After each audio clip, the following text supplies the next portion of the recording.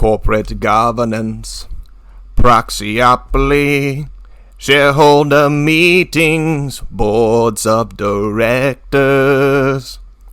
Bylaws old there, older than policies, younger than the guidelines. That's how we vote proxies, proxy votes. Count them all to bring change to the board. Proxyopoly. It's a podcast in business and finance. Proxyopoly. And welcome back, all you bulls and bears and betas out there, to the buzz of this Proxyopoly spin-off series we call the Proxyopoly Podcast. I'm your host, the Proxyopolist, formerly known as the Jackal of Trades. Here again with another exclusive proprietary Proxyopoly TM research report for none other than the world's largest company by market capitalization, Apple Inc. That's right, Proxyopolists. Following the Proxyopoly score for Deutsche Bank, BlackRock, Tesla, Walmart, ExxonMobil, Meta Platforms, Amazon, and Spotify, we now have on the docket today the Proxyopoly score for Apple Inc. And as customary, we will begin with a three-part section for this podcast series. And we do hope that you enjoyed the intro, Proxyopolis. Surprise, surprise. Surprise, surprise. Anyway, starting with the executive summary. Apple Inc., the world's largest company by market capitalization, presents a paradox in corporate governance. On paper, Apple touts many shareholder-friendly policies: annual director elections, majority voting standards, proxy access, and an independent board chair. In practice, however, Apple's governance structure and culture have produced an entrenched equilibrium that wards off meaningful shareholder influence. This report applies the Proxyopoly TM framework to Apple's 2025 proxy statement and AGM outcomes in anticipation of its 2026 AGM, assessing 5 critical dimensions of power concentration. We find Apple's Proxyopoly TM ratings reflect a carefully fortified corporate stronghold, albeit one polished with the sheen of modern governance norms. The final Proxyopoly TM score for Apple, calculated via the weighted beta-style methodology from prior Proxyopoly reports, indicates that Apple is near neutral overall with a slight tilt toward entrenchment, a quiet fortress where challenges to management are rare and easily subdued. And of course, the final Proxyopoly score will be revealed at the end of the episode. In an introduction to Apple, Apple's unparalleled financial success has long inoculated it against serious shareholder unrest. With a market value around $3 trillion and a devoted investor base, Apple often appears too big to be challenged. The 2025 proxy season was no exception. Shareholders overwhelmingly sided with management on all proposals, and every incumbent director was re-elected with comfortable margins.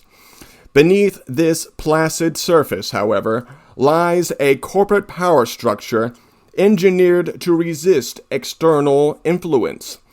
Apple's leadership has carefully balanced formal concessions to shareholder rights, for example, proxy access, majority voting, etc., with informal mechanisms that preserve the status quo.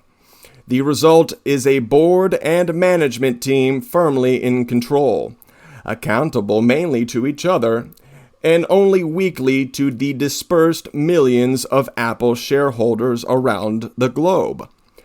This report, by Proxyopoly TM, examines Apple through the lens of Proxyopoly TM, a framework measuring how strongly a company exhibits the traits of a, quote, proxy-fortified power structure. Each of the 5 Proxyopoly ratings is analyzed in detail below. We then compute Apple's overall Proxyopoly score and provide recommendations for reform. The tone of our analysis is deliberately critical, even satirical, to cut through Apple's shiny veneer of shareholder-friendly rhetoric and reveal the ironic reality: a shareholder democracy in name and a proxy monarchy in practice. Starting off with the Proxyopoly rating number 1, Proxy Accumulation Resistance, or PAR. And again, these Proxyopoly ratings underlie the overlaying Proxyopoly TM score. And the definition of Proxy Accumulation Resistance, PAR, which measures the difficulty outside shareholders face in accumulating enough voting power to influence corporate governance. It captures structural and ownership factors that insulate the company from proxy contests, from concentrated insider stakes to the inertia of passive investors. A deeply negative PAR indicates an impregnable fortress of control, while a highly positive PAR suggests a volatility of control, frequent proxy fights, or activist victories beyond norms. In Apple's proxy accumulation resistance analysis, Apple's proxy accumulation resistance rating is negative 0.40, placing it in the, quote, high resistance category, unquote. This reflects formidable, though not absolute, barriers to an outside stakeholder accumulating enough shareholder influence. Insider and aligned ownership into consideration for the proxy accumulation resistance. Apple's executives and directors hold a vanishingly small portion of shares, collectively well under 1%.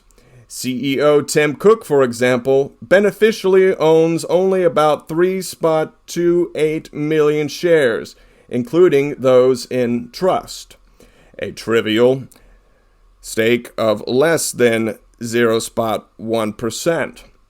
However, what Apple lacks in investor insider ownership, it makes up for in institutional alignment. The top 2 institutional investors, Vanguard owning 8.8% and BlackRock owning 6.9%, together own roughly 15.7% of Apple's outstanding shares. These index fund giants almost invariably side with management in proxy matters, as evidenced by the consistent defeat of shareholder proposals opposed by Apple's board. Additionally, long-term holders like Berkshire Hathaway, whose stake hovered around approximately 5% during this period, have been staunch supporters of Apple's strategy. In effect, a substantial block of Apple shares is insulated from activist agitation due to management-friendly holders. This creates a high free float adjusted control barrier. Even if an activist built a multi-billion-dollar position, they would struggle to sway the passive majority that automatically votes with Apple's recommendations most of the time. Company scale and passive inertia in consideration for the proxy accumulation resistance. With over 15 billion shares outstanding and an approximate $3 trillion market cap, Apple is simply too large for any insurgent to acquire a dominant stake. Even the most deep-pocketed activist fund would find it impractical to buy more than a token percentage of Apple's shares. For context, renowned activist Carl Icahn's well-publicized Apple stake peaked at roughly $3.6 billion in 2014. At the time, only about 0.6% of shares, and he would ultimately withdrew his campaign without any proxy fight.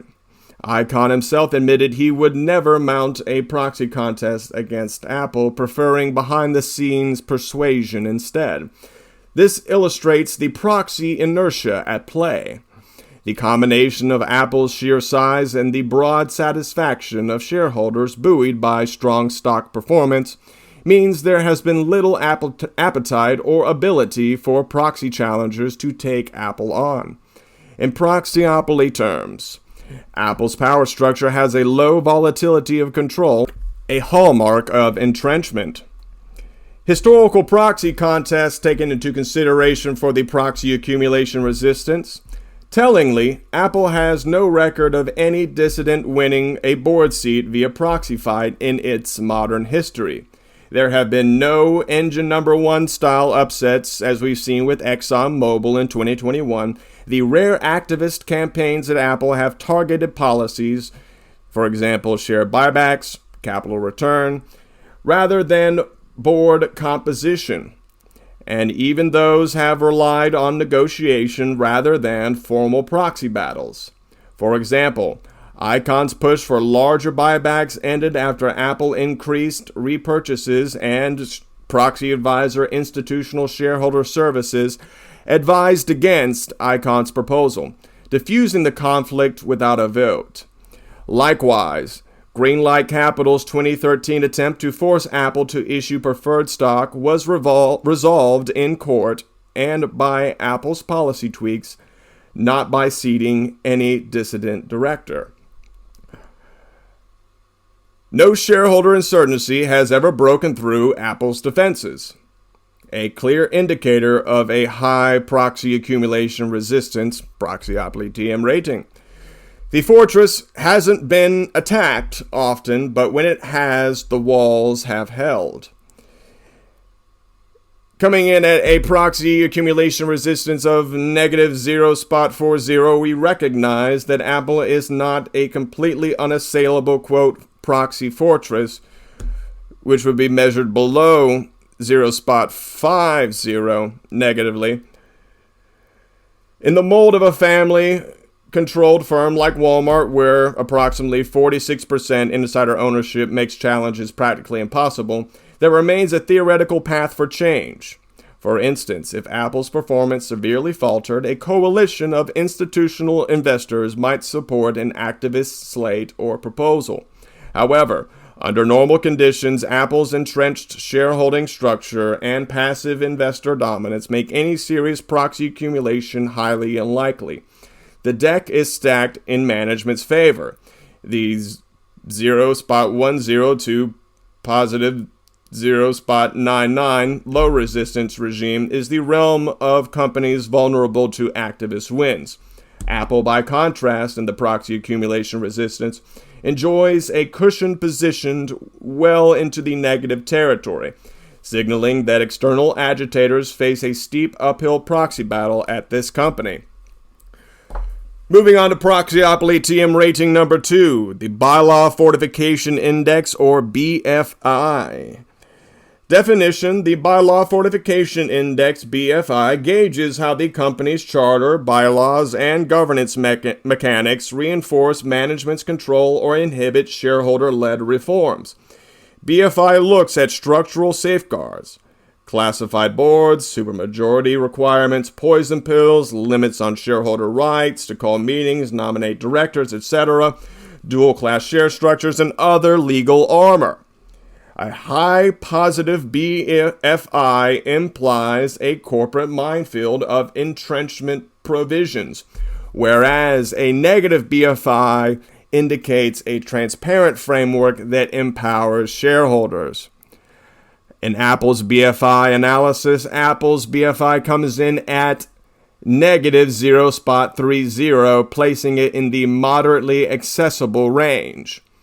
Somewhat surprisingly for a company so effective at resisting activist pressure. Apple's formal governance provisions are relatively shareholder-friendly, or at least standard on their face. This points to a certain irony. Apple has built a fortress mostly without resorting to overt anti-takeover armaments. The walls are camouflaged as openness. Key factors in the Bylaw Fortification Index include declassified board and annual elections. Apple long ago eliminated staggered board terms. All directors stand for election annually, which in theory gives shareholders the opportunity each year to replace the entire board if desired.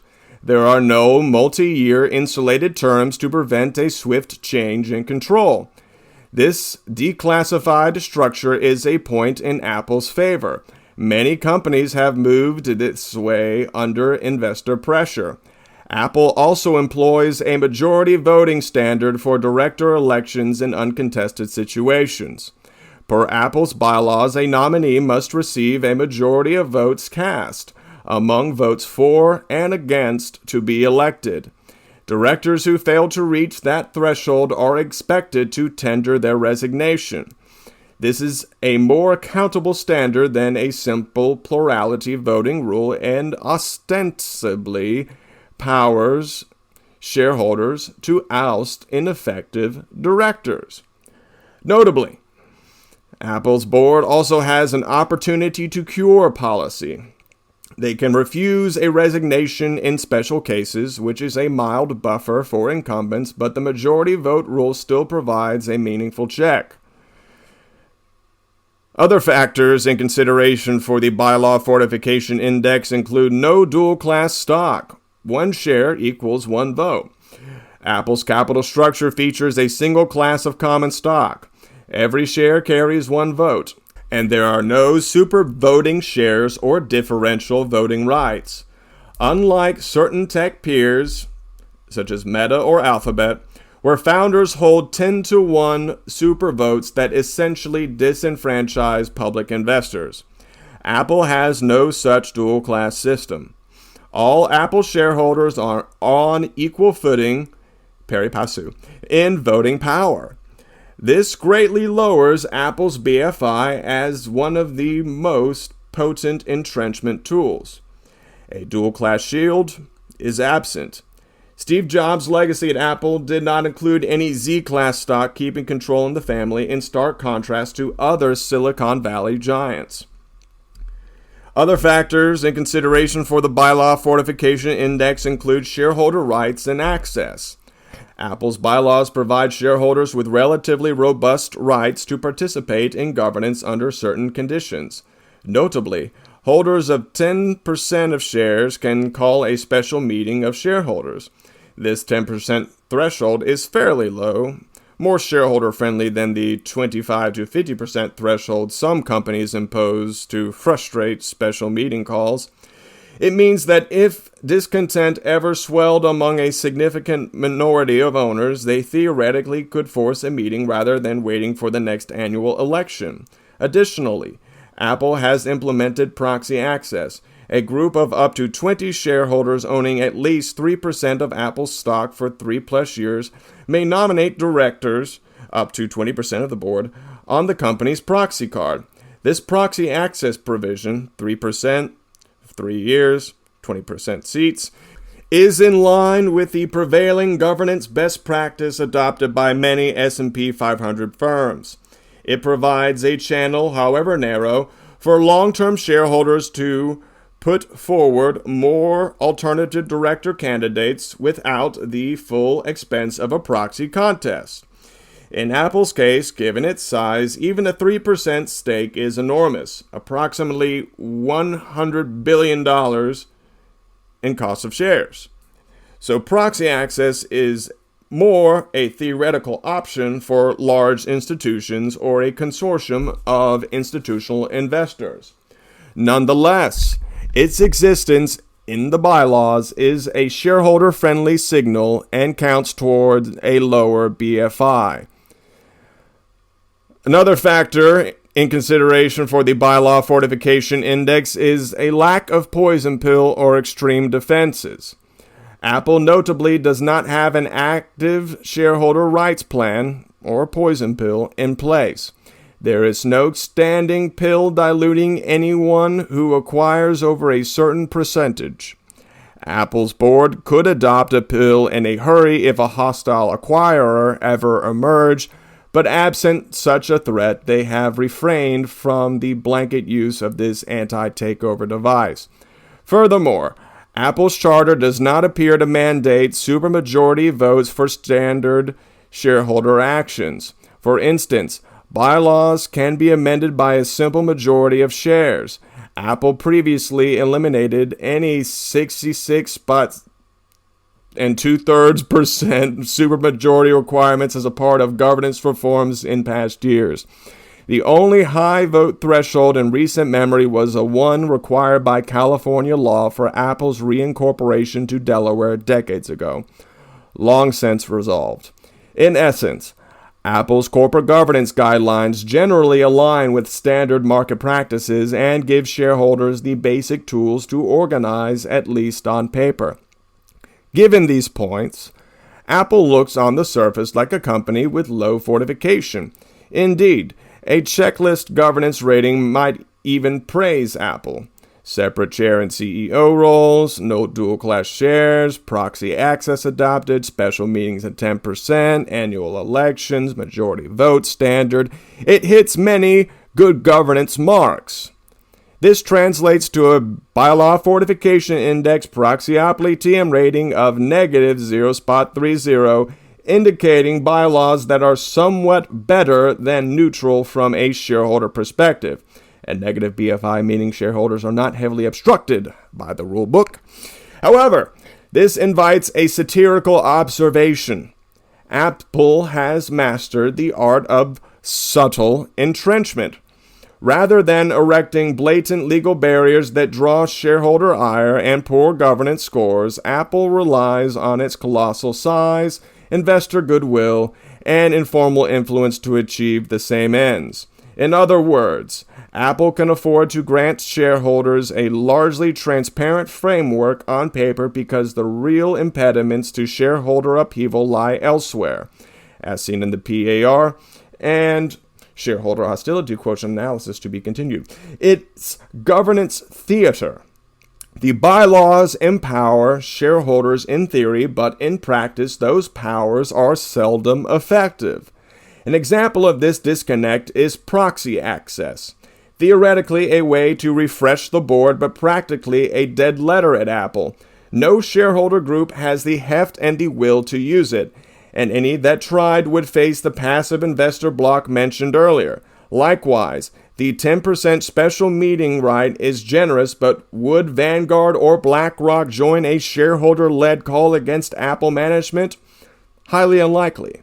Thus, Apple's Bylaw Fortification Proxyopoly TM rating is skewed negatively.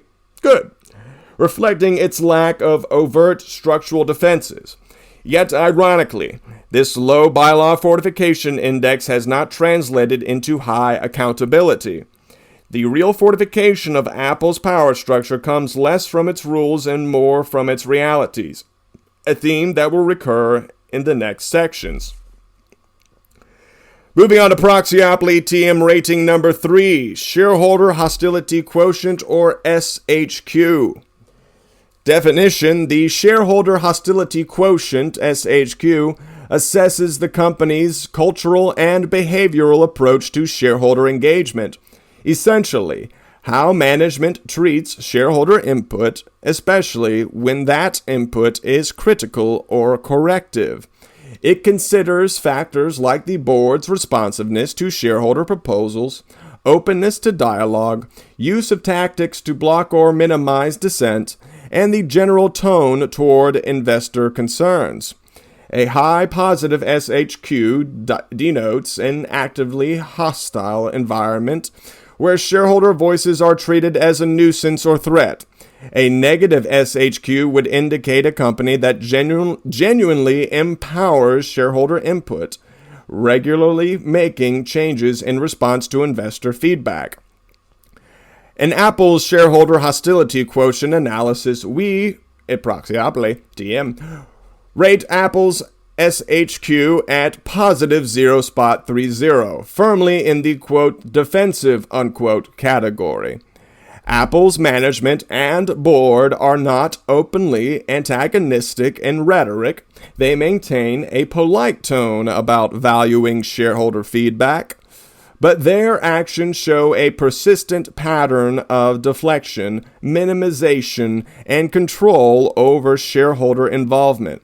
In short, Apple engages with shareholders on its own terms and tends to resist or co-opt any initiatives that don't originate from the top. Key observations in the Apple's shareholder hostility quotient include shareholder proposals always no until forced. Apple's proxy statements make it abundantly clear that the board opposes virtually all shareholder-sponsored proposals.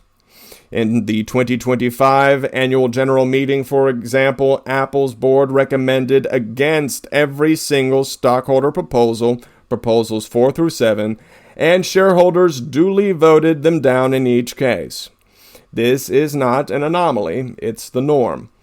Whether the topic is environmental, social, or governance related, Apple's reflex is to tell investors that additional reports or policy changes are, quote, not necessary, unquote, or, quote, not in the company's best interests, unquote. The 2025 proposals included a request for an ethical AI report, a demand for more transparency on CSAM detection and privacy, a hard right proposal to cease DEI efforts, and a call for a charitable giving report. Apple's board opposed each one, often with dismissive rationales. For example, claiming that the AI proposal, quote, inappropriately cites controversies that do not involve Apple, unquote, or that the charitable giving report would, quote, inappropriately restrict Apple's ability to manage its own business, unquote. The tone in these responses, while civil, frames shareholder suggestions as misguided or uninformed, a classic hallmark of a defensive shareholder hostility quotient. Management's position dominates any outside idea as an undue interference. Another observation taken into consideration for the shareholder hostility quotient is the outcome of shareholder votes. Apple shareholders, in practice, tend to follow management's lead, a dynamic that Apple likely counts on to keep the shareholder hostility quotient high. At the 2025 annual general meeting, all 4 shareholder proposals were roundly rejected, aligning with the board's recommendations. The closest any proposal came to passing was Proposal 4, the AI Risk Report, which garnered approximately 11.5% support, 1.04 billion shares in favor versus 7.96 billion shares against. Every other proposal received single-digit support. For instance, the anti-DEI proposal got a pitiful 2.3%, and the others presumably fell in between. These outcomes send a clear message. If Apple's board says, quote, vote no, unquote, the shareholders oblige. This near automatic deference could be interpreted as shareholder trust in management, but it also reinforces a culture where dissenting voices are exceedingly faint, even on issues where significant sections of the investment community elsewhere have shown interest, say AI governance or transparency reports. Apple's voting results indicate minimal traction for dissent at Apple. Investors either concur with Apple's arguments or more likely see little point in fighting a management that holds all the cards. The net effect is an environment where shareholder proposals are more performative than impactful. Management's preferences prevail virtually every time. Another observation taken into consideration for the shareholder hostility quotient includes engagement versus entrenchment. To Apple's credit, it does not conduct shareholder outreach and private engagement. The proxy statement describes robust off-season engagement with investors on governance and environmental social governance topics, or ESG. Apple executives and sometimes directors meet with major shareholders to hear concerns. Occasionally, Apple will respond to shareholder pressure, but usually on its own timetable with its own spin. A prime example is executive compensation. In early 2022, only 64% of shareholders approved Tim Cook's pay package, a striking drop from the approximate 95% approval in prior years. This rebuke, fueled by proxy advisors' criticism of Cook's $99 million pay package with stock grant structure, was a rare moment when a management proposal received a lukewarm result. Apple's reaction was telling.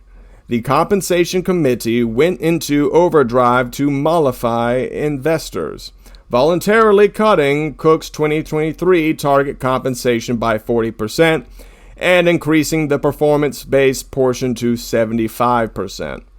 In 2024, the say-on-pay support jumped back up to 92%.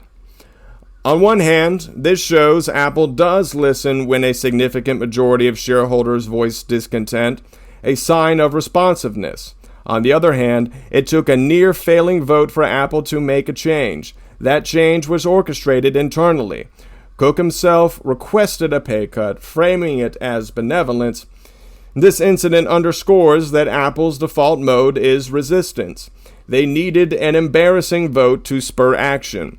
Similarly, consider shareholder proposals that actually passed. In 2022, investors defied management and approved a proposal for a third-party civil rights audit of Apple's policies with approximately 53.6% support. Apple's board had opposed it, but once it passed, Apple did commission the audit, eventually publishing it in 2023. Here again, Apple showed grudging openness.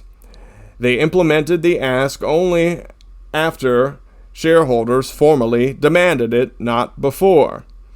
The same meeting saw a narrow majority of 50% and higher vote for a formal proposal on concealment clauses, NDAs, in employment contracts, another management-opposed item, which Apple subsequently addressed by clarifying policies. The pattern is clear. Apple's board will rarely yield to shareholder input unless legally or procedurally compelled to do so. For example, in a majority vote. This, quote, wait until you force our hand, unquote, posture is characteristic of a defensive shareholder hostility quotient Proxyopoly TM rating around positive 0.3.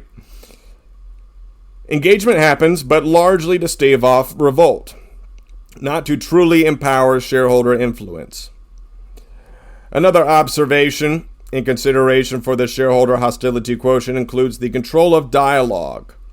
Apple also employs subtle tactics to control shareholder interactions. For example, Apple's annual meetings are now held virtually. Even before the pandemic, Apple switched to virtual and has stuck with it. Virtual meetings allow Apple to tightly manage the Q&A, screening questions and preventing any unscripted floor moments that used to occur in physical meetings. At the 2025 virtual meeting, shareholder questions and comments were curated, and the meeting concluded with no drama, exactly as Apple intended. This format, increasingly common, nonetheless can be seen as a tool to minimize spontaneous shareholder pushback. In addition, Apple is known to utilize the SEC's no-action process to exclude shareholder proposals it deems objectionable whenever possible. For instance, if a proposal can be excluded as ordinary business, or if Apple claims to have implemented something similar, they will seek to omit it. The very fact that 4 proposals made it onto the 2025 ballot means shareholders were persistent. Behind the scenes, it's likely Apple negotiated with some filers to withdraw other proposals in exchange for minor concessions or enhanced disclosures. All of these behind-curtain maneuvers are part of Apple's playbook to keep a lid on shareholder activism. Engage and diffuse, but never truly accede unless required. In sum, Apple's shareholder hostility quotient of positive 0.30 reflects a management culture that is civil but self-assured, preferring to dictate the terms of shareholder interaction. The company is not an egregious, openly hostile actor. We reserve, quote, hostile territory SHQ for ratings above positive 1.0, and companies that might, say, attack shareholders in communications or utterly ignore majority votes. Apple does make occasional concessions and is careful to maintain a positive public tone. Note Tim Cook's statements praising the culture of collaboration and diversity at Apple when faced with a political backlash on DEI. But these gestures coexist with a deeper current of shareholder disregard. One could wryly say that Apple's approach to shareholders is hug them close enough to keep them quiet. The company will meet with you, hear you out, maybe tweak a policy if absolutely necessary, but it will not fundamentally empower you to change its course. The satirical undertone here practically writes itself. Apple software isn't the only thing with closed architecture. Its governance has a tightly controlled user interface as well. Shareholders can press the home button all they want, but they'll only see what Apple wants them to see. Moving on to Proxyopoly TM rating number 4, the executive entrenchment factor, or EEF. Definition: the executive entrenchment factor, or EEF, measures how power is consolidated in the hands of the CEO and top executives, and how insulated they are from removal or accountability.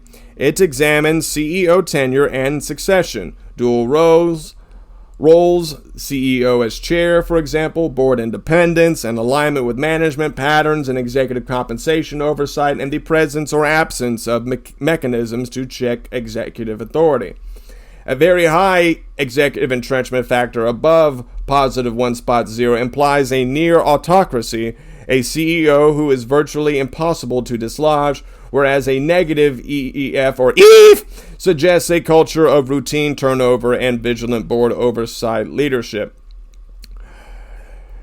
In Apple's executive entrenchment factor analysis, Apple's EEF is assessed at positive 0.20, indicating mild executive entrenchment. Apple is not run by an imperial CEO in the classical founder-king sense. However, its leadership has achieved a level of revered status and continuity that effectively insulates the executive team from significant change. Several points underpin this rating: CEO tenure and influence. Tim Cook has been Apple CEO since August 2011, giving him nearly 14 years at the helm by the 2025 annual general meeting. We'll pass the 10-year mark cited in Proxyopoly TM's methodology and its proxy voting policy and guidelines as a sign of entrenched leadership without succession.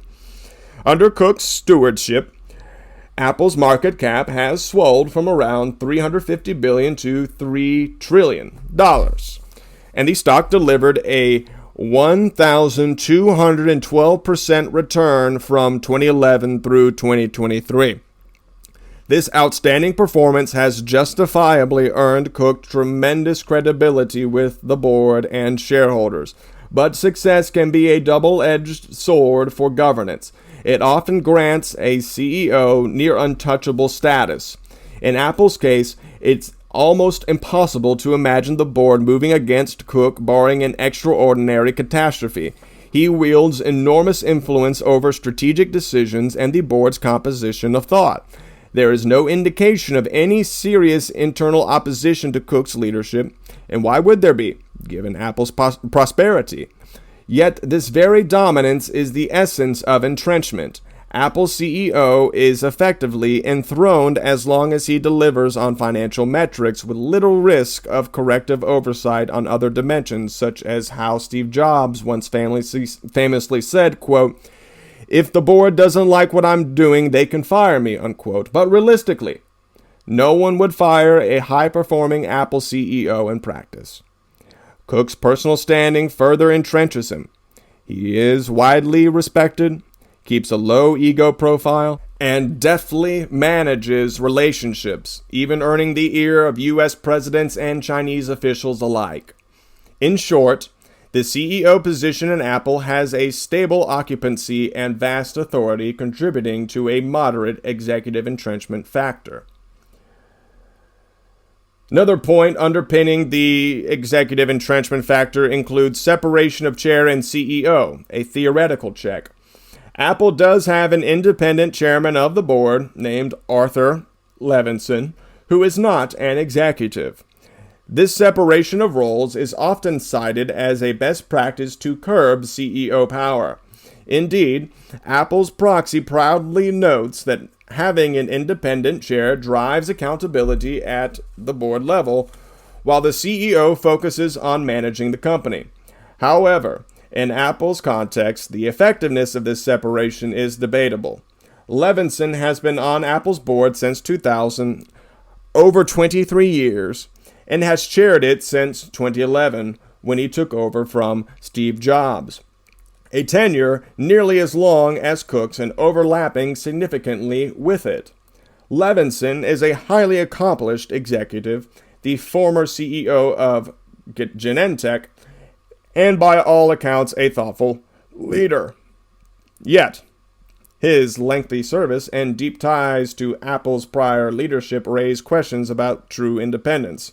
He was a close confidant of Steve Jobs and was handpicked to lead the board through the CEO transition. The longevity of the Levinson-Cook partnership suggests a collegial relationship rather than an arm's-length check. They have worked together for well over a decade. Any major strategic disagreements have not surfaced publicly. This dynamic, an independent chair who is effectively an insider by virtue of long familiarity, can produce complacency. Levinson's continuation as chair into his late 60s, he earned $562,744 in board compensation in 2024, indicates the board's comfort with continuity over rotation. In practice, therefore, the separate chair may not significantly diminish Cook's influence. It provides the appearance of stronger oversight while allowing the CEO-chair duo to operate in sync. The executive entrenchment factor acknowledges the formal structure, keeping the executive entrenchment factor from being too high, but also recognizes that Apple's board leadership has been marked by stability, not disruptive scrutiny of management. Another point underpinning the executive entrenchment factor includes board independence and alignment. On paper, Apple's board is entirely independent except for Tim Cook. All other directors are non-executives, and Apple meets all NASDAQ and Security Exchange Commission independence criteria. However, independence is more than a box-checking exercise. It's about mindset and incentives.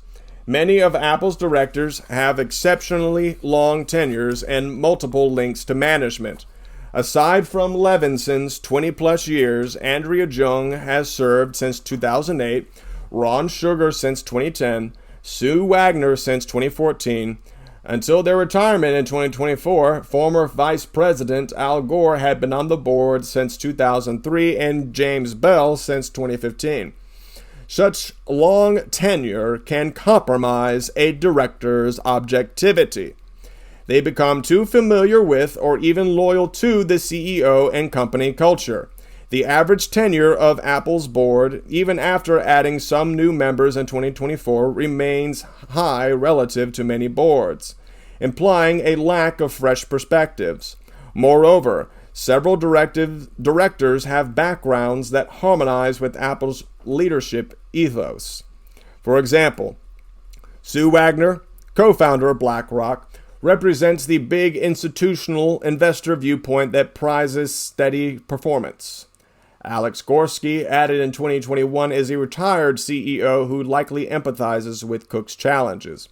Andrea Jung, a former CEO and current nonprofit leader, has been a reliable ally on the compensation committee for years.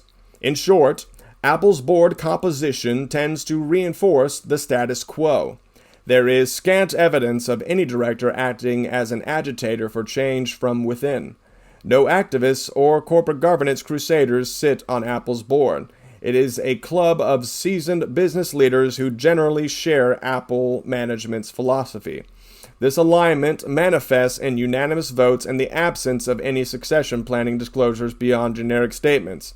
When asked about succession, Tim Cook recently claimed that Apple has a, quote, very detailed succession plan, unquote, internally. But neither the names of potential successors nor any timeline has ever been shared with investors, a stark contrast to the transparency some companies provide. The board seems content with this opacity, trusting Cook's judgment on eventual transition. The board's deference to Cook and his team, seen in everything from acquiescing to his pay proposals until external pressure intervened, to avoiding any public hint of disagreement. Signals of a moderately high EEF, essentially. Apple's governance operates as a management-friendly environment where the CEO's power is rarely questioned. Another point underpinning the executive entrenchment factor includes executive compensation oversight. A telling indicator of executive entrenchment is how the board handles CEO pay, especially when shareholders raise concerns. As noted earlier, Apple's People and Compensation Committee, chaired by Andrea Jung, initially approved an enormous stock grant for Cook in 2021 that led to a $99 million pay in full year 2022. This drew criticism for its size and structure. The proxy advisor Institutional Shareholder Services flagged it as problematic, and shareholders pushed back with a low say-on-pay vote.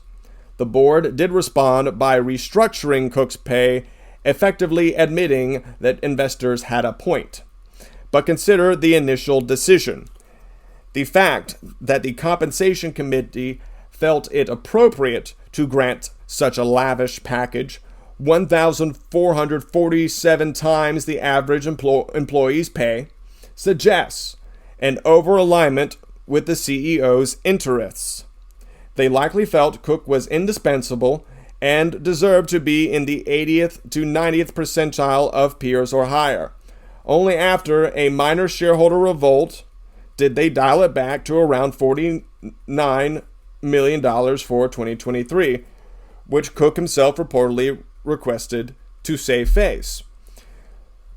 This podcast episode portrays a compensation committee that, left to its own devices, erred on the side of generosity to the CEO rather than strict accountability. It was only external pressure that imposed discipline. That dynamic supports an executive entrenchment factor above zero. The board was not exercising strong restraint until forced. On the positive side, once alerted, the board did act. Hence, we aren't scoring Apple near positive 1.0 or higher in the executive entrenchment factor, which would suggest a board ignoring shareholders entirely. Apple also has clawback policies, performance-based incentives, etc., that align with good governance practices. But these structures exist at many firms.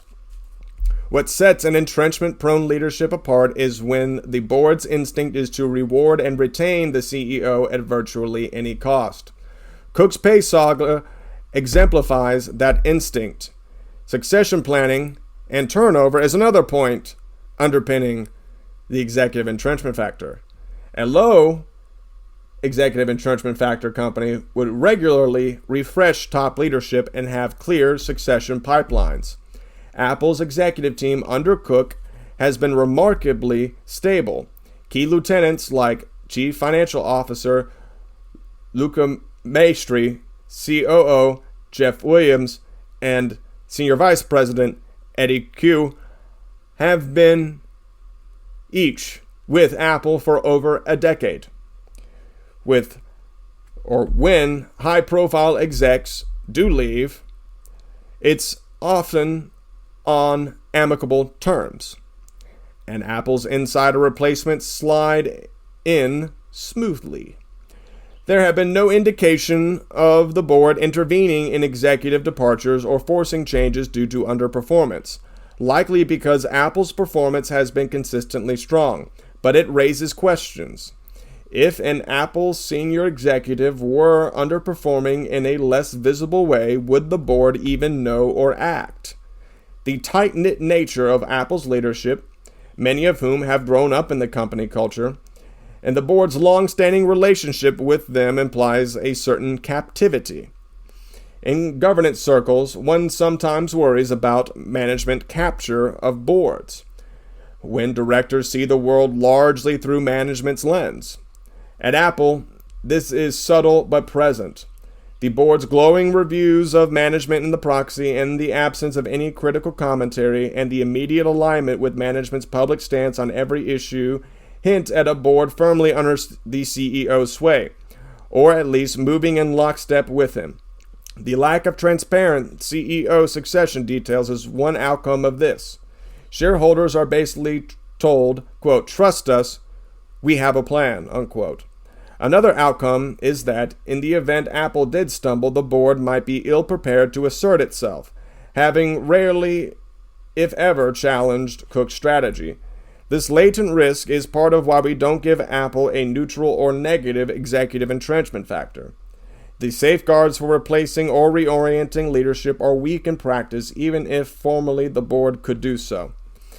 Summarizing Apple's executive entrenchment factor at positive 0.20, we see a company with a concentrated, stable executive regime that the board oversees in a largely collegial, hands-off manner.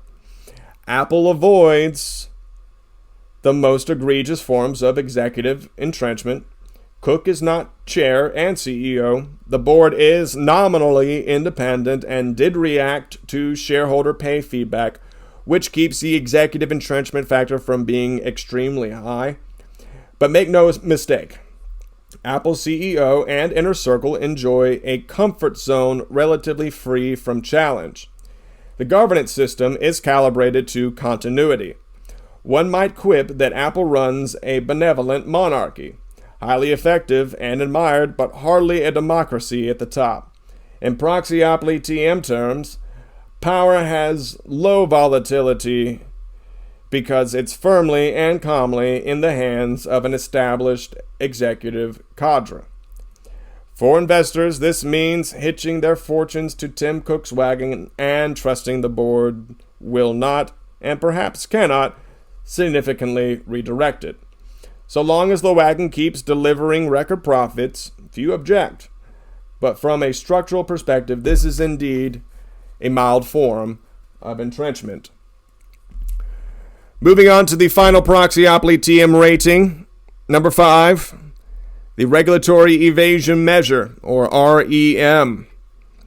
Definition: the Regulatory Evasion Measure, or REM, captures the extent to which a company evades, shapes, or undermines regulatory oversight and accountability.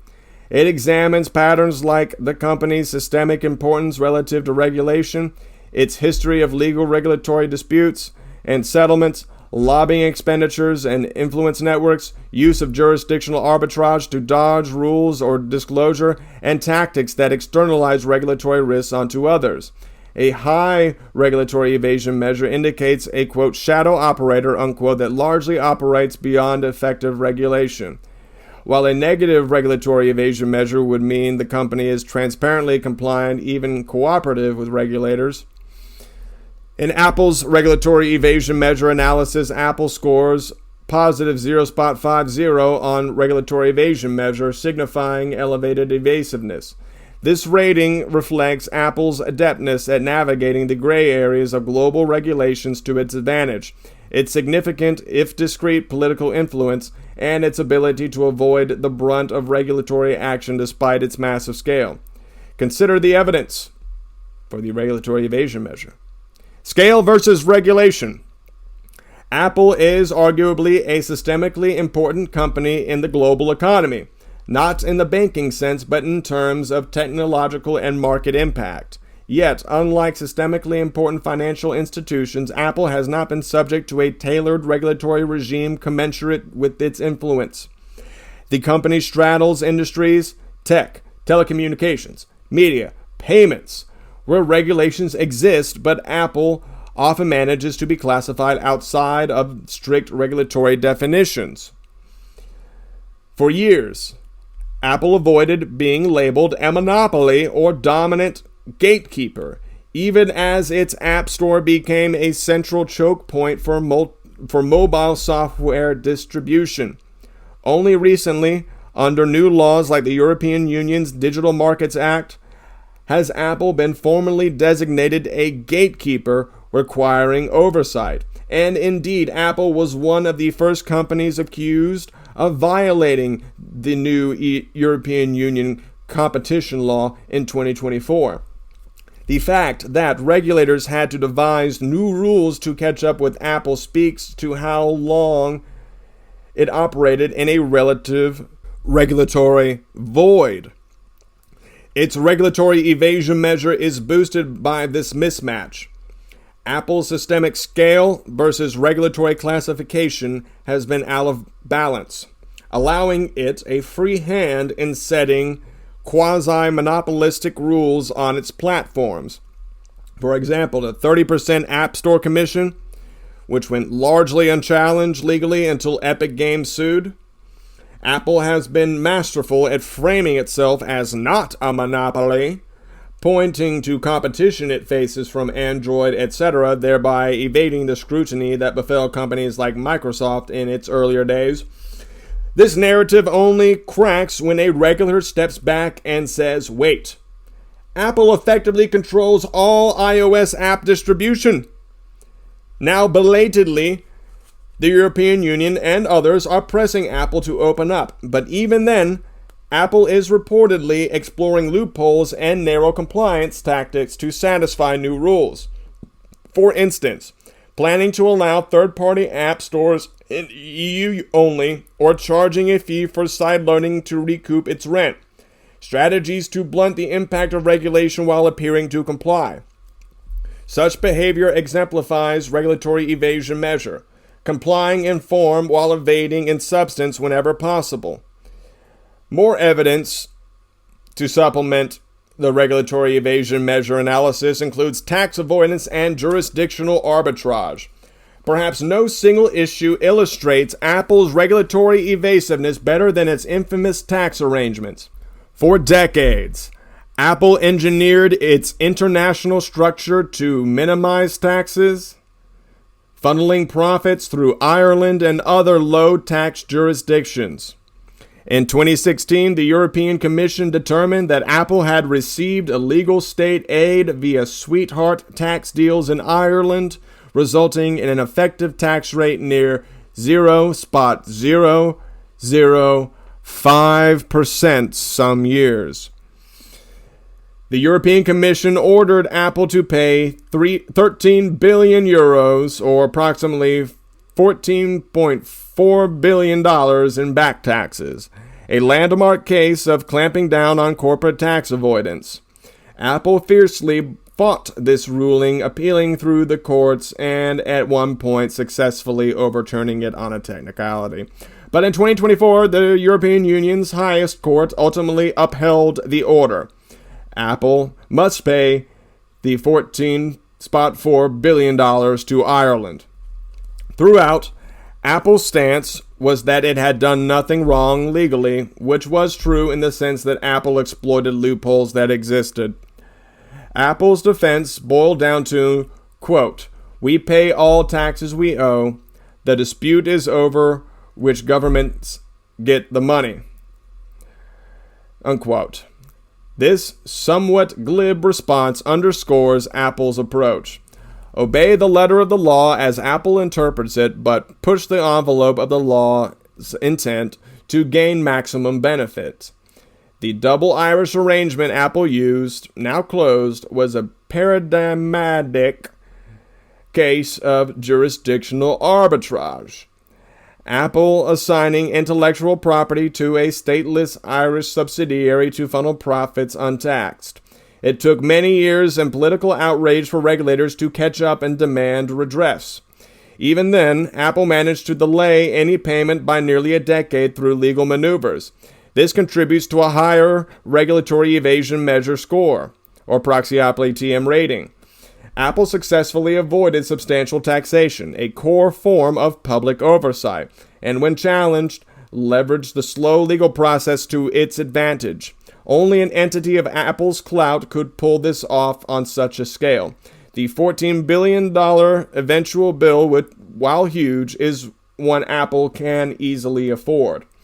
Essentially, it profited from regulatory gaps until they closed, and even then might pay with interest but no penalties. Meanwhile, Apple maintains huge cash reserves offshore, though less now after U.S. tax reforms in 2017, and still engages in active tax planning to minimize global tax exposure. From a societal view, this evasion, even if legal, from Apple's view, is fiduciary duty in their eyes. For our purposes, it's a clear data point on the regulatory evasion measure. More evidence for the regulatory evasion measure includes lobbying and regulatory influence. Apple historically spent less on lobbying than some big tech peers, but in recent years, it has ramped up significantly. In 2022, Apple spent a record $9.36 million on federal lobbying in the United States, a dramatic increase from prior years and nearly on par with Microsoft's spending. Apple's lobbying focuses on issues like antitrust, fighting proposed App Store and platform regulation bills, taxation, shaping international tax rules, opposing higher corporate taxes, privacy laws, advocating its own stringent but Apple-friendly privacy regime over potentially more onerous legislation, and trade, tariffs, etc., where Apple seeks exemption. For example, when U.S. lawmakers in 2021 and 2022 considered the Open App Markets Act to curb App Store monopolies and other competition bills, Apple poured resources into D.C., hiring connected lobbyists and emphasizing the security and privacy rationale for its closed ecosystem. The company's arguments often carry weight. Apple is consistently rated as having a strong lobbying presence relative to its peers, even if others like Amazon or Google spend slightly more in absolute terms. Moreover, Apple's CEO Tim Cook isn't shy about personally cultivating relationships with power brokers. He's famously dined with President Trump and found ways to keep Trump's wrath mostly focused on other companies. In one instance, Cook's outreach led Trump to publicly praise Apple's U.S. investments and perhaps go a bit easier on tariffs affecting Apple products. Cook maintains close ties with legislators and was even courted by the Trump administration as an advisor on workforce issues. In the current administration, Apple similarly engages but often behind the scenes. The revolving door aspect is also present. Apple has hired former government officials, for instance, Lisa Jackson, former EPA head, to burnish its environmental cred, and Cynthia Hogan, a former Biden aide, was hired in 2016 to help navigate regulation. Apple belongs to industry groups like the Business Roundtable that collectively spend hundreds of millions to lobby against regulations perceived as unfavorable. All of these actions feed into a moderate to high regulatory evasion measure. Apple is not a company that passively accepts every law. It actively shapes the law. When similar, quote, big tech accountability, unquote, laws were proposed in various jurisdictions, Apple coordinated lobbying at multiple levels, federal, state, and international. There is evidence that Apple lobbied in at least 46 U.S. states on issues like right to repair and data privacy between 2010 and 2021, in addition to federal efforts. This widespread influence campaign shows Apple's determination to circumvent or soften regulations that could constrain its operations, whether it's fighting right-to-repair bills that will require it to make iPhones more serviceable by independent shops, or pushing for preemption of stricter state privacy laws by a more Apple-friendly federal standard.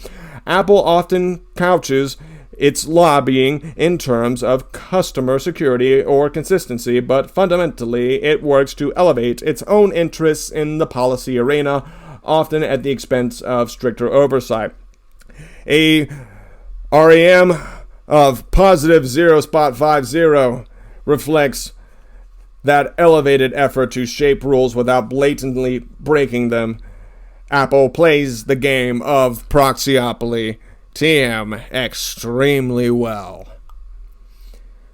More evidence to cite for the regulatory evasion measure include legal scrutiny and settlements. For a company of its size, Apple's record of major regulatory penalties outside of the tax case is relatively light, which itself indicates evasiveness or extreme compliance savvy. Apple tends to settle issues quietly or narrowly. For instance, Apple has faced numerous antitrust investigations, the European Union for App Store rules on music streaming, the United States on App Store policies, Japan and others on in-app payments. So far, Apple has managed to avoid any crippling remedies. The company often gives a small concession just before the hammer falls. For example, in 2021, facing a likely loss in a Japanese antitrust probe about allowing reader apps to link to external websites, Apple preemptively agreed to let reader apps, such as Netflix, Spotify, etc., do so globally, a minor concession that resolved the case without larger changes. Similarly, in the Epic Games lawsuit in the United States over App Store monopolization, Apple won on most counts, with the court only requiring that Apple allow developers to inform users of outside payment options, a relatively modest outcome. Apple appealed even that, dragging out implementation.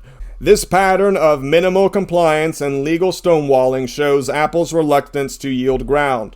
It will comply with the letter of a regulation or ruling, but often in a way that preserves its revenue and power, externalizing burdens to app developers or others. By doing so, Apple turns regulatory outcomes into mere inconveniences rather than existential threats. This clever strategy contributes to regulatory evasion measure. Apple may not be blatantly flouting laws. It's too image conscious for that.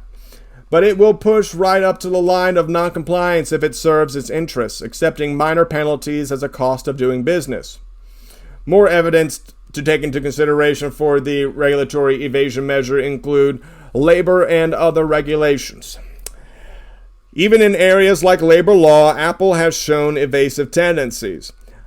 As Apple retail store employees in the U.S. began union organizing efforts in 2022 through 2023, Apple responded with a mix of carrots, pay raises, new benefits, and sticks.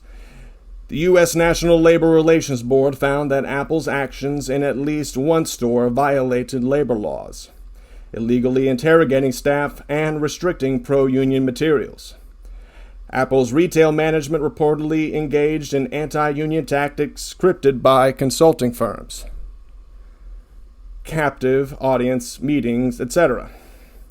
In one high-profile case, Apple withheld new benefits like tuition aid and health improvements from workers at the sole unionized store, which the NLRB complained was unlawful discrimination.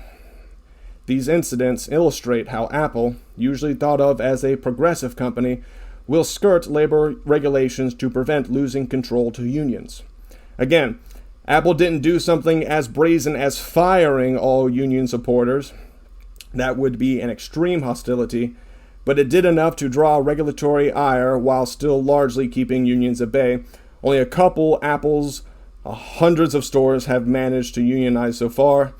this subtle flouting of the spirit of labor law in practice while publicly claiming to respect workers' rights adds a bit to our regulatory evasion measure assessment. It shows that from competition to taxation to labor, Apple's default is to push boundaries rather than embrace regulation wholeheartedly. Combining these factors, Apple's positive 0.50 regulatory evasion measure indicates a company very much in control of its regulatory exposure.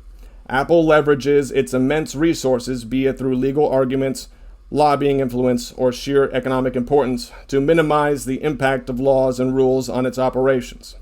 The company is certainly not above the law. It does get called to task, as in the European Union tax case, but its ability to delay and dilute enforcement and to operate in the spheres that regulators are slow to address, like app ecosystems or supply chain secrecy, is remarkable. In a way, Apple exemplifies the modern corporate ethos of, quote, "It's easier to ask forgiveness than permission." It innovates not just in products by profit strategies that regulators struggle to catch up with. By the time a loophole is closed, Apple has already benefited enormously and moved on to the next workaround. From a satirical angle, one might say Apple approaches regulation like it does hardware design, with a penchant for closed systems and proprietary control. Just as it creates walled gardens for users, it tries to cultivate a regulatory garden where it controls the walls, whether by crafting favorable narratives to lawmakers or choosing the friendliest venues for its cash. This isn't to single Apple out as uniquely ethical or unethical. It operates similarly to its big tech peers, just with a bit more polish and secrecy. It won't be as brash as some, but it will be as effective.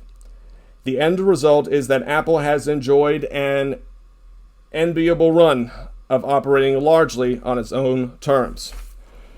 The regulatory evasion measure score of positive 0.50 is not quite anarchic or lawless, which would be a REM score of positive 1.0 or above, but it has systemically bent the rules of the game in its favor, maintaining an accountability gap between its power and the oversight applied to it. And as is customary on this podcast, we have intermission breaks for our sponsored content and contributed content.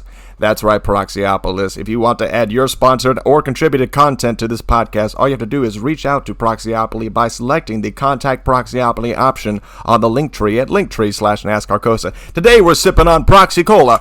That's right, folks, Proxy Cola. Get it today. It's Proxy Cola, the Proxy Cola that pops. It is on the microphone because everything pops in a Proxyopoly. Proxy Cola, pop it in you. Proxy Cola, sip on it today, get it in you. It's gonna burst your bubbles like only a Proxy Cola could. Pop that Proxy Cola today, Proxyopolis.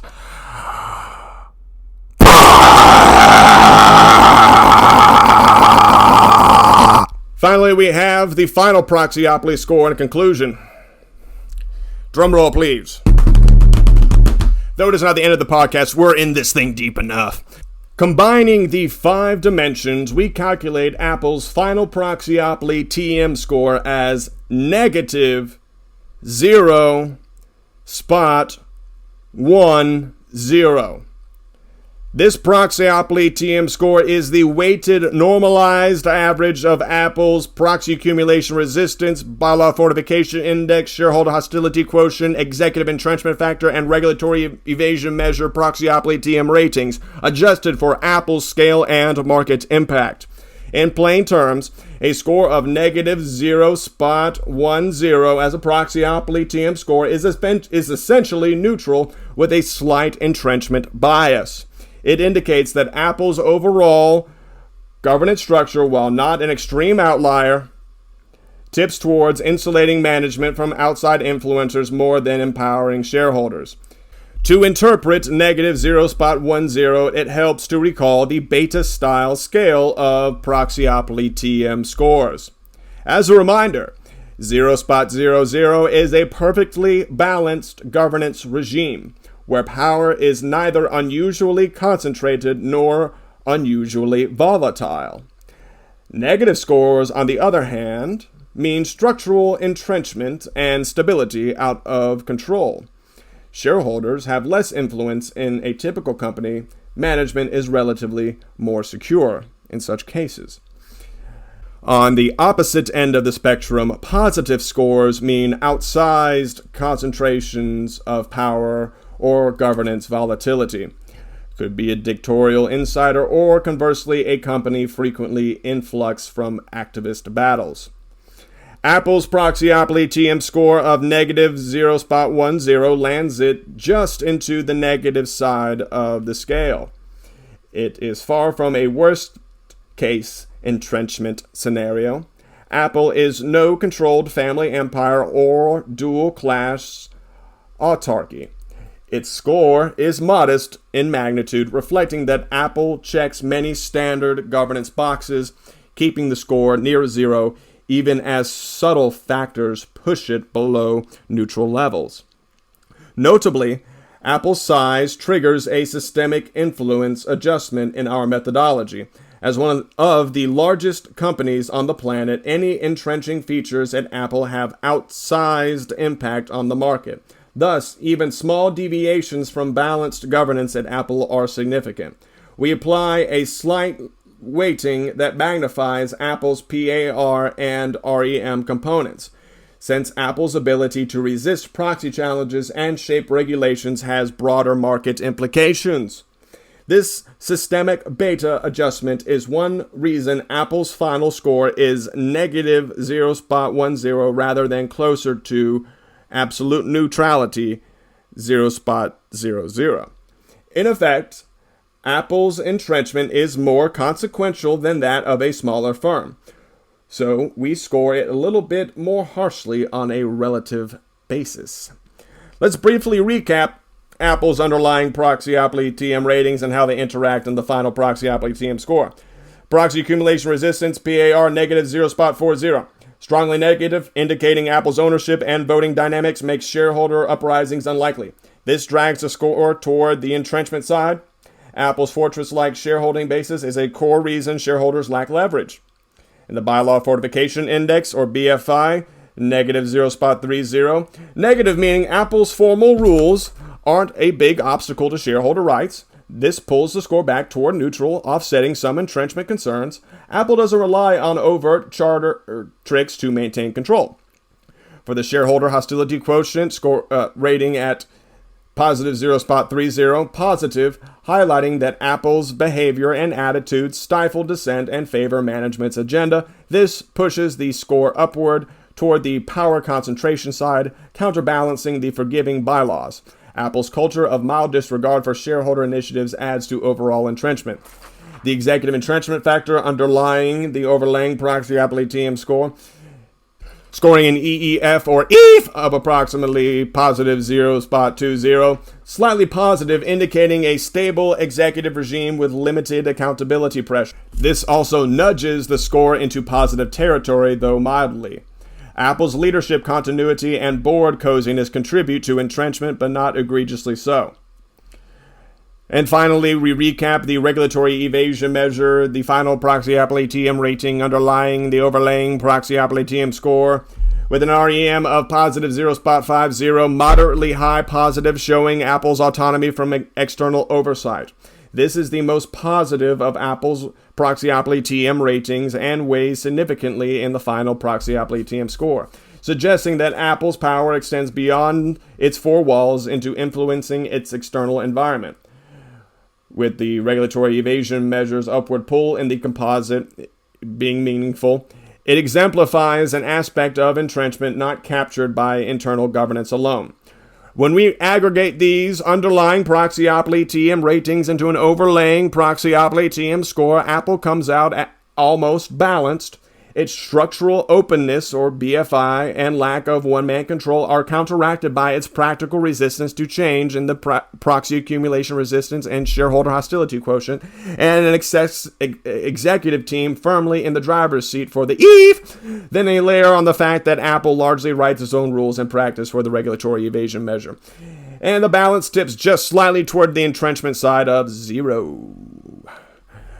In comparative terms, Apple's negative 0.10 Proxyopoly TM score is moderate. It is less entrenched than companies like Meta Platforms or Alphabet, which score deep into positive territory due to dual-class shares and founder dominance, true autocratic power cases. It is also less entrenched than a family-controlled firm like Walmart, where the Walton family fortress might score around negative 0.50 lower due to impenetrable ownership shielding, but we can already go back to the Walmart episode for that one. Apple sits more in line with companies like Microsoft or IBM, which have dispersed ownership and standard governance, but perhaps better responsiveness than Apple. One could argue Apple's Proxyopoly TM score should be closer to neutral given its decent governance practices. However, the proof is in the pudding. Apple shareholders have virtually never caused an outcome the board didn't want. That empirical reality justifies an entrenchment-leaning score. Apple's final Proxyopoly TM score of negative 0.10 thus signifies a company that enjoys an equilibrium. It grants just enough rights and returns to shareholders to keep them loyal, while maintaining a firm grip on decision-making and oversight. This is an ironic equilibrium here. Apple shareholders are very satisfied. Who can complain when the stock is hitting an all-time high? And in return, they mostly acquiesce to how the company is run. Management faces little interference. Everyone is happy until they're not. The danger, of course, is that this equilibrium depends on extraordinary performance.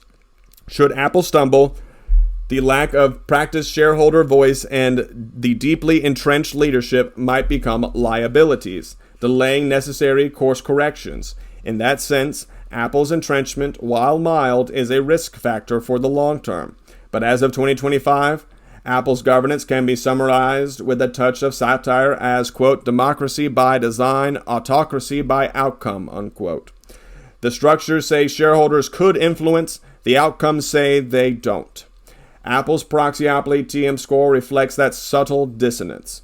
For the time being, the company has masterfully played the game of Proxyopoly TM, fortifying its power structure not by overt locks and change, but by building a gilded cage that shareholders simply have no desire to escape. And we move on to the next section of this episode, part 2, if you will, 2.5, recommendations for structural or policy reform. Despite Apple's stellar performance track record, there is room to improve its governance structure to ensure long-term accountability and resilience. Here we offer several recommendations for structural and policy reforms that would align Apple more closely with the ideals of shareholder democracy and potentially preempt future crises of confidence. These suggestions aim to reduce undue entrenchment without impairing Apple's ability to execute its strategy.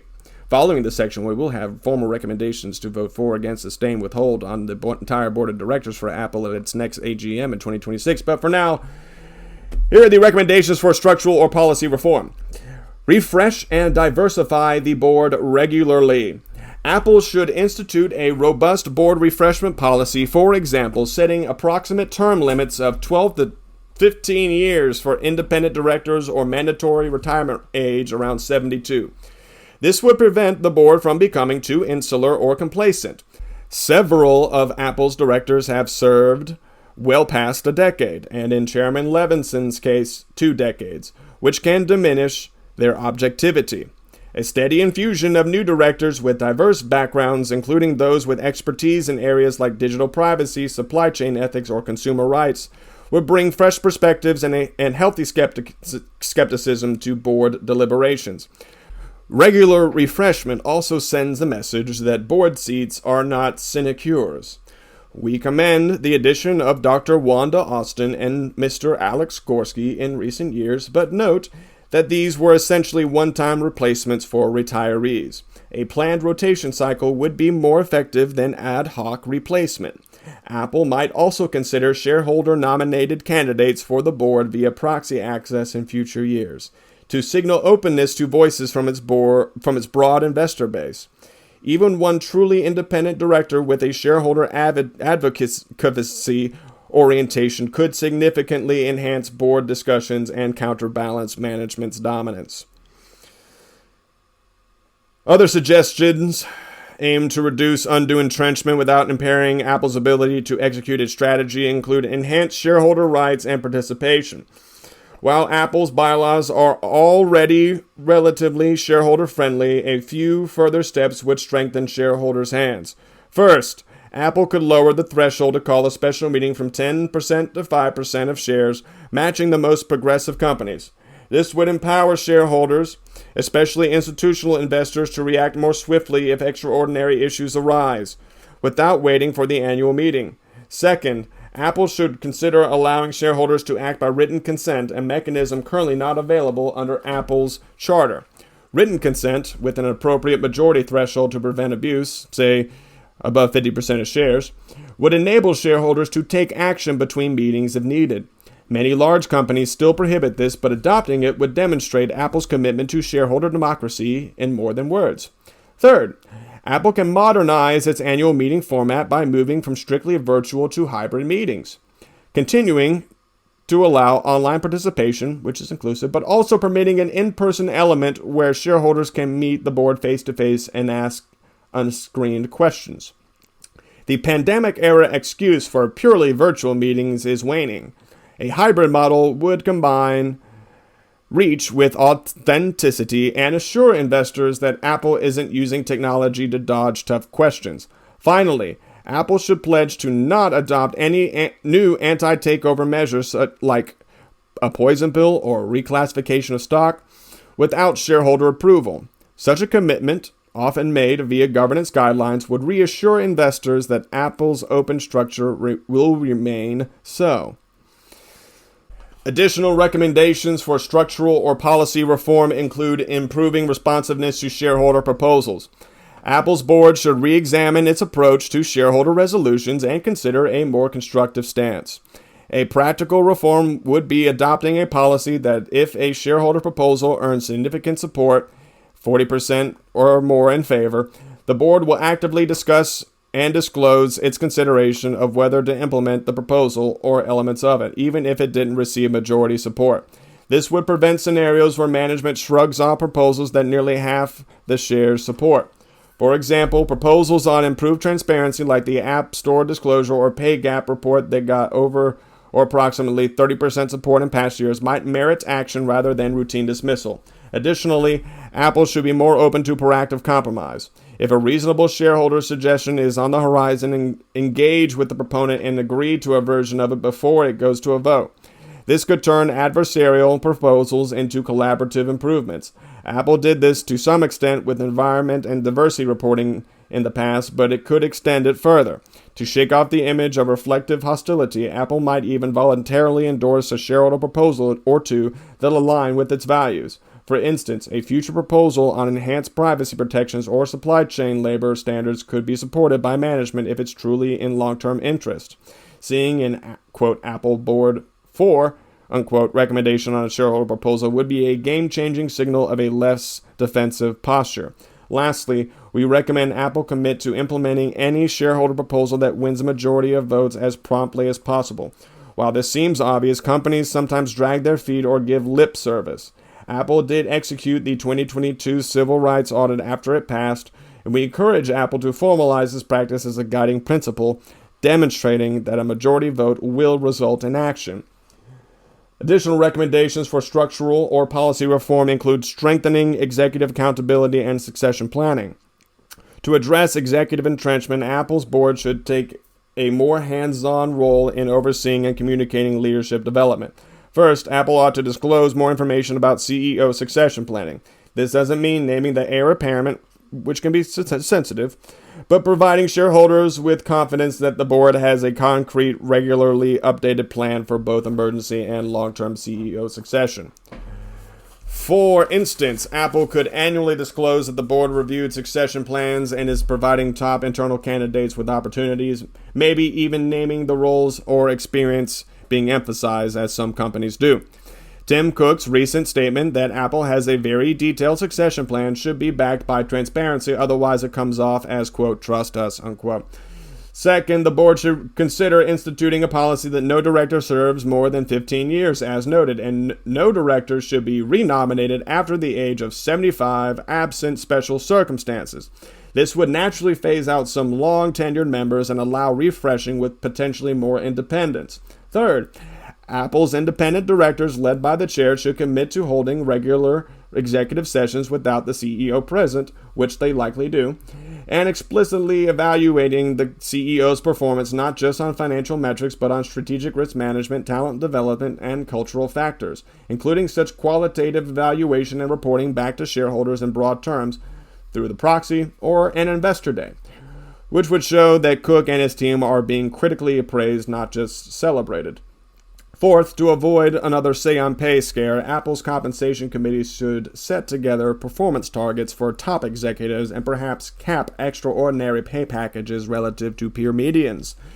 The goal should be that executive rewards are generous only when warranted by exceptional achievements, not automatically at the 90th percentile of peers by default. By exercising restraint and tying pay to a wider range of performance indicators, including ESG metrics like customer satisfaction, employee well-being, etc., the board can ensure executives remain accountable to Apple's broader mission and stakeholders, not just the stock price.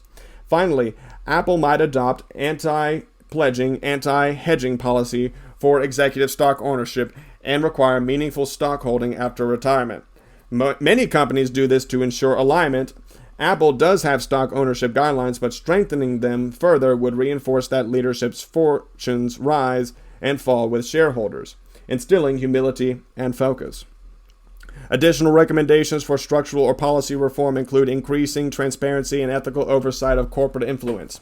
To tackle the high regulatory evasion measure and demonstrate good faith with regulators and the public, Apple should enact a more transparent and responsible approach to its policy and regulatory engagement. We recommend that Apple publish an annual report on lobbying and political contributions, disclosing in detail its lobbying spending by issue and jurisdiction, beyond the bare legal minimum, the specific regulations or bills it tries to influence, and any trade association or think tanks it funds, and how those align with Apple's stated values. In addition to any government officials hired as Apple employees or consultants for revolving door transparency. Apple should also disclose the outcomes. For example, we advocated position X on Bill Y. Bill Y's status is Z, and other variable outcomes of the regulatory nature. Such candor can build trust that Apple isn't saying one thing and doing another behind closed doors. At the same time, Apple's board, perhaps via a dedicated public policy committee or within an existing committee, should provide oversight of Apple's policy positions to ensure they comport with long-term shareholder value and Apple's commitments. For instance, if Apple publicly champions privacy, the board should vet that none of its lobbying contradicts that, like lobbying against a federal privacy law that's actually reasonable. If Apple pledges racial equity, the board should ensure Apple isn't funding groups that oppose diversity, equity, and inclusion efforts.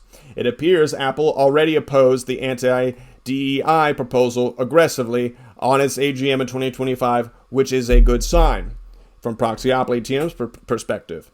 Essentially, Apple should avoid the reputational and regulatory risks of hypocrisy by aligning its influence with its ideals. Proactively, Apple might even support smart regulation. For example, join industry efforts to establish reasonable guardrails on AI, collaborate with tax authorities on global minimum tax frameworks, being seen as a partner to regulators rather than an opponent, which can reduce adversarial pressures. Lastly, Apple should review its supply chain and labor practices to ensure it isn't evading regulations indirectly.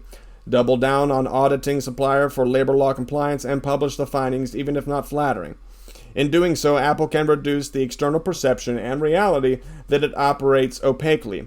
By voluntarily improving transparency and ethical conduct in these areas, Apple could lower its REM over time, meaning less risk of draconian regulatory backlash that often comes when companies are perceived as too powerful or unaccountable. These reforms taken together would gradually rebalance Apple's governance towards greater accountability without undermining the agility and secrecy that Apple cherishes in product execution. We acknowledge that Apple's success has in part been enabled by its strong, unified leadership and freedom from short-term shareholder meddling.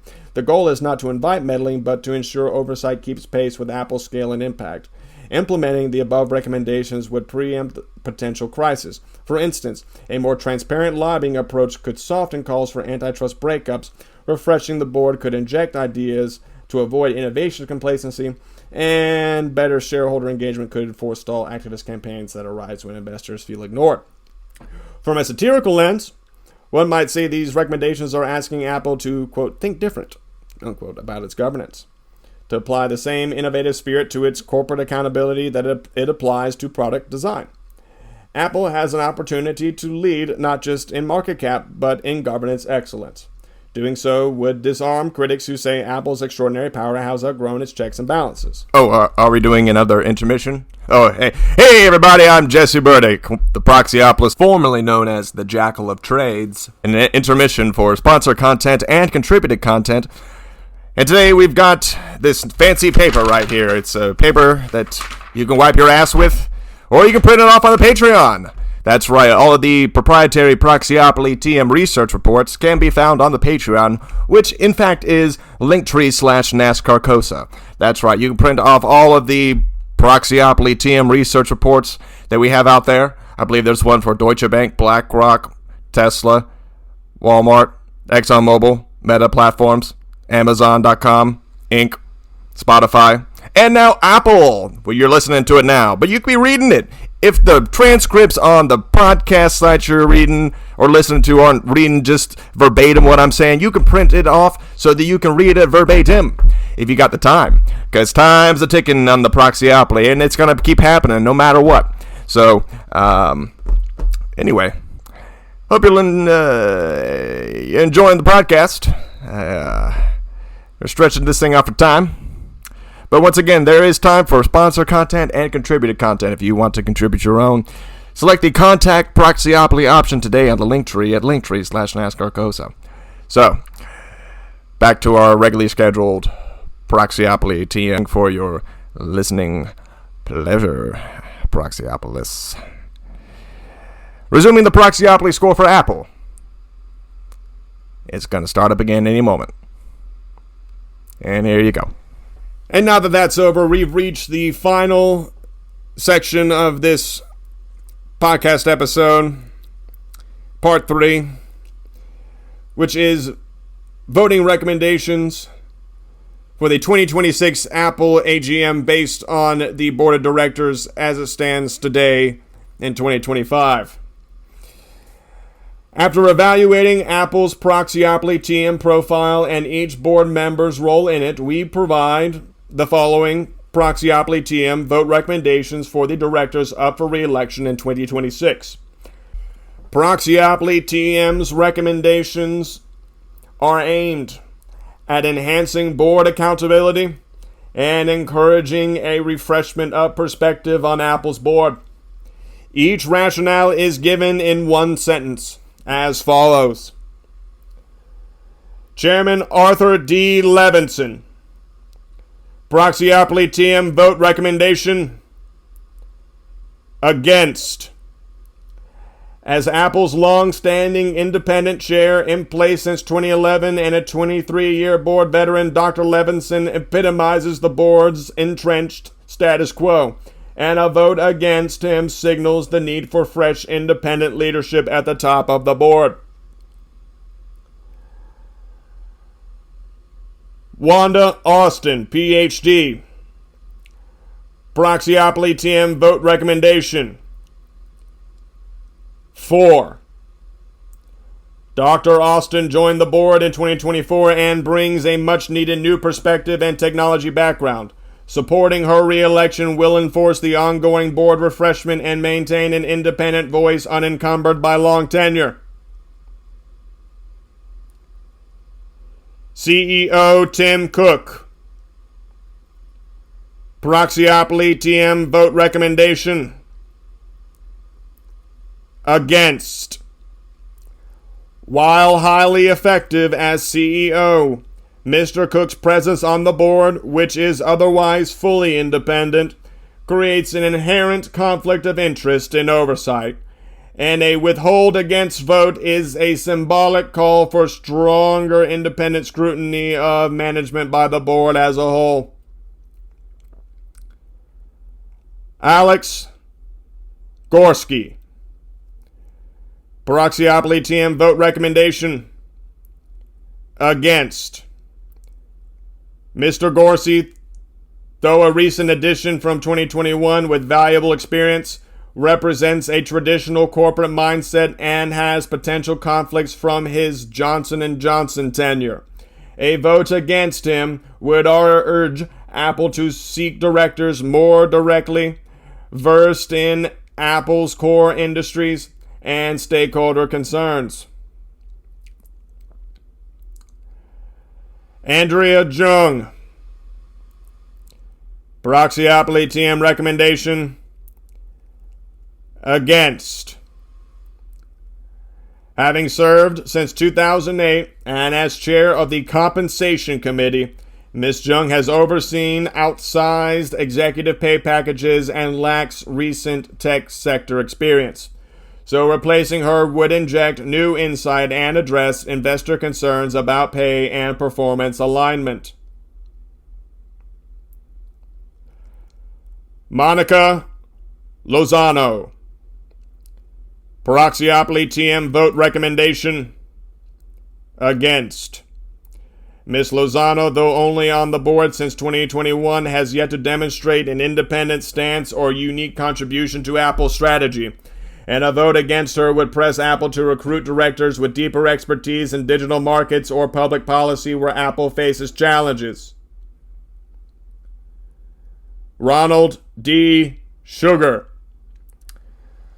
Proxyopoly TM vote recommendation against. Dr. Sugar, director since 2010, chairs the audit committee, but at the age of 76 far exceeds typical retirement age and embodies the board's lack of turnover.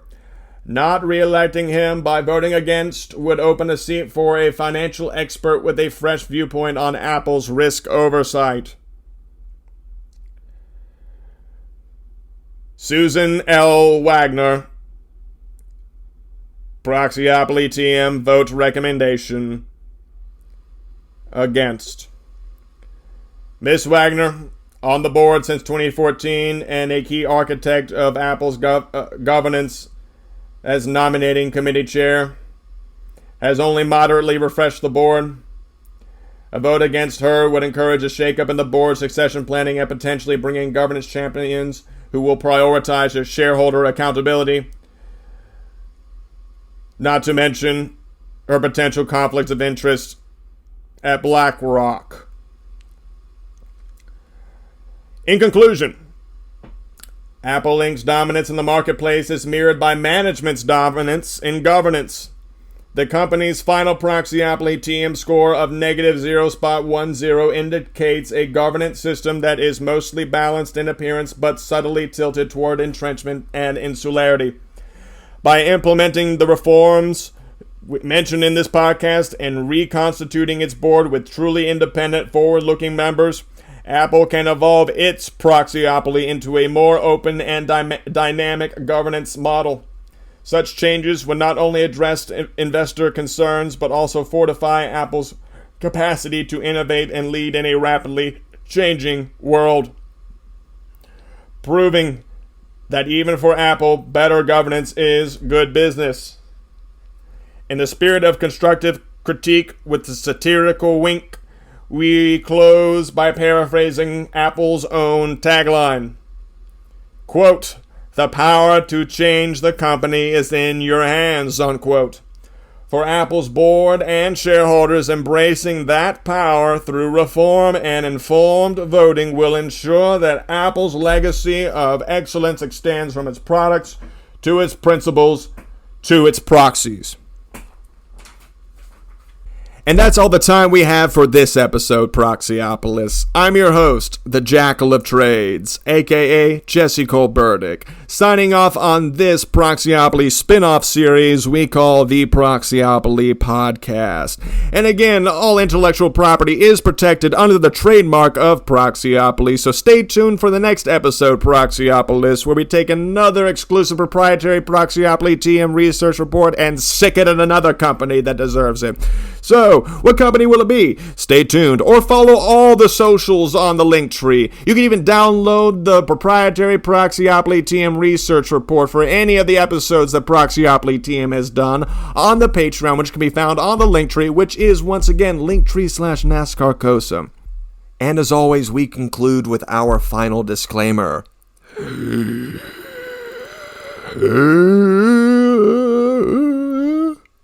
The Proxyopoly TM score and accompanying analysis are purely hypothetical for entertainment and educational purposes only. Any resemblance to real-world events is purely coincidental, though with Apple's current trajectory, reality may be catching up faster than anticipated. I'm the Jackal of Trades, Jesse Goldberg, signing off on this Proxyopoly spin-off series that we call the Proxyopoly Podcast. Because if it ain't Proxyopoly, you Proxyopoly.